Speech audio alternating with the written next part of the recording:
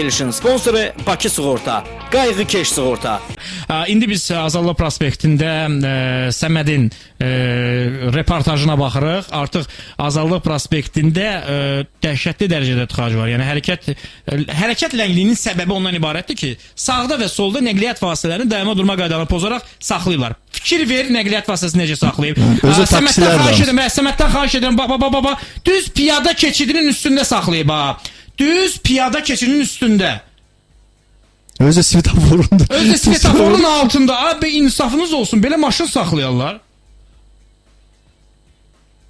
900 neçə deyə nömrəsi ya? Taksidir, taksi.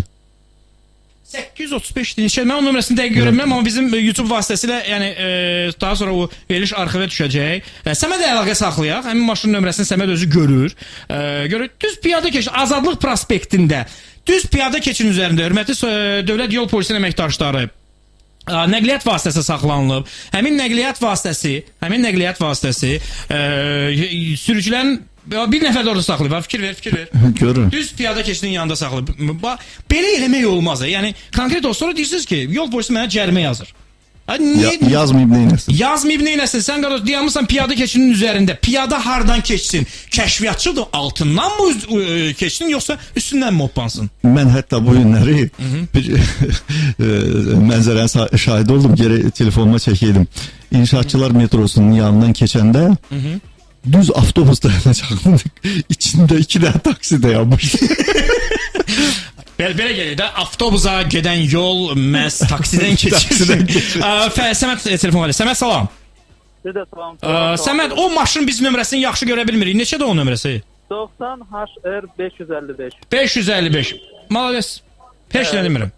Toyota markalı avtomobildir. Bir də o irəlidə dayanan avtomobildə Kia 90 KN 522. 522 taksi sürücüsü. Düz piyada zolağının üstündə dayanıblar. Özü də tərpənmirdi. Tərpənmir. Kəsib belə kəsmə saxlayıb çıxıb gedib. Yaxşı, mən Səməd sənə bir şey deyim. Yəni bu məsələdə bu artıq qanuna əsasən, İnzibati Xətalar Məcəlləsinə əsasən inzibati işin başlanması üçün əsasdır.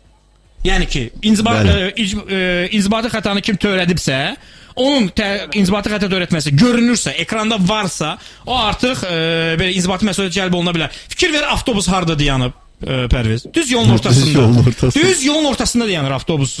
Çox maraqlı bir şeydir. Təşəkkür edirəm. Dəstəyi asırıq sənə sağlaşır, amma sən reportajı davam elə. Çəkə-çəkə gedə bilərsən Səməd. Minnətdaram. Sağ ol. Təşəkkürlər. Bax belə. Hə Pərviz, necədir vəziyyət şəhərdə? Nə gözəl park eləyibsə. Tarixə düşdü. Gör necə park eləyib. Düz şeyin üstündə deyəm, piyadalar. Düz piyada keçir. Zebranın üstündə dayanıb.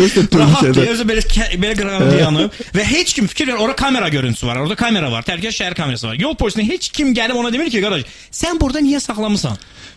Bu dəqiqə dövlət yol polis əməkdaşlarına belə çaspik saatlarında yol patrul xidmətinin əməkdaşları da kömək eləyir. Heç olmasa onlar orada olsaydı, yəni Post patrul xidmətinin əməkdaşları. Bəli, kömək eləyir, əlavə qüvvə kimi.